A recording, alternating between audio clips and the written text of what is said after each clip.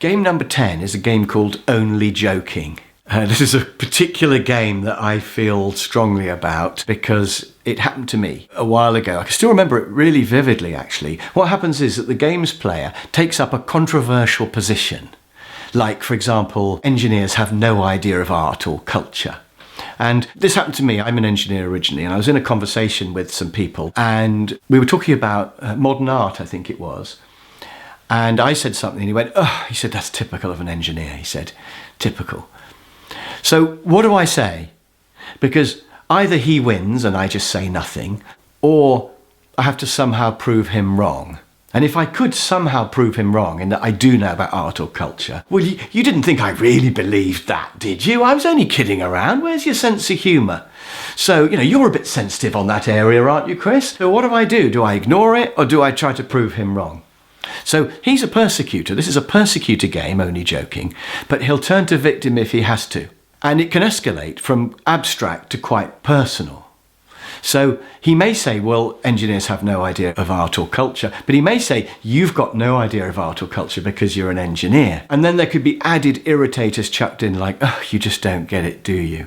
And in fact, what happened with the conversation I was in, this is a true story. He went, oh, typical of an engineer. And I thought, I'm not going to rise to the bait. And then later on, the conversation was carrying on.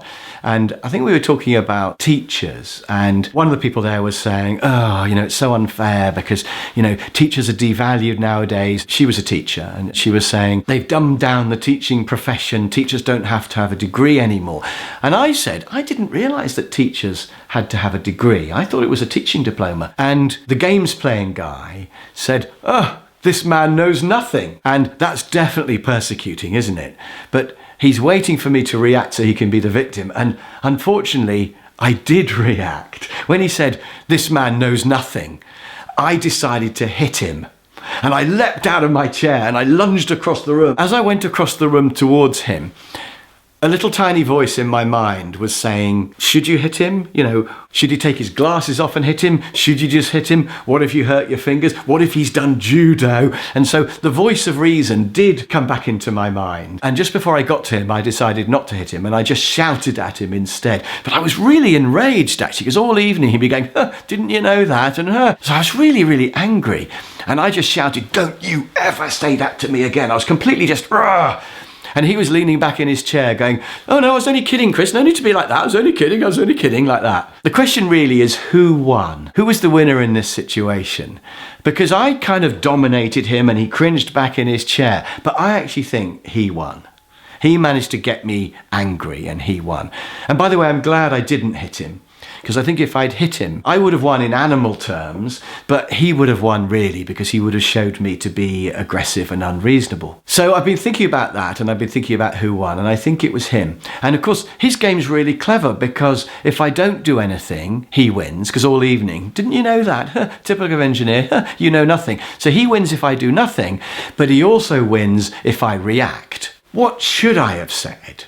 And I'm going to come to solutions later, but just while we're on this one, what I should have said, I think I should have just remained calm, and I should have said, look, I know you're only kidding, just trying to have an interesting conversation, but I think that's quite an offensive remark to say this man knows nothing. I'm not happy about that, and I want you to withdraw that comment and apologise. And he would have said, oh, well, you're a bit oversensitive, and I could have said, well, yeah, I know I am, but I want an apology. And he would have then gone, oh, all right then, sorry. And I could go, no, I want a proper apology. I want to hear it like you mean it.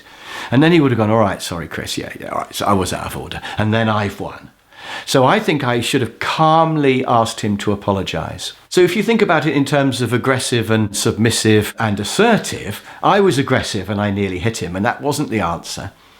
I could have been completely submissive and just put up with it all evening, but I should have been assertive. And the assertive person just calmly says, I'm not happy with that, I want an apology. The assertive person says how they feel and what they want.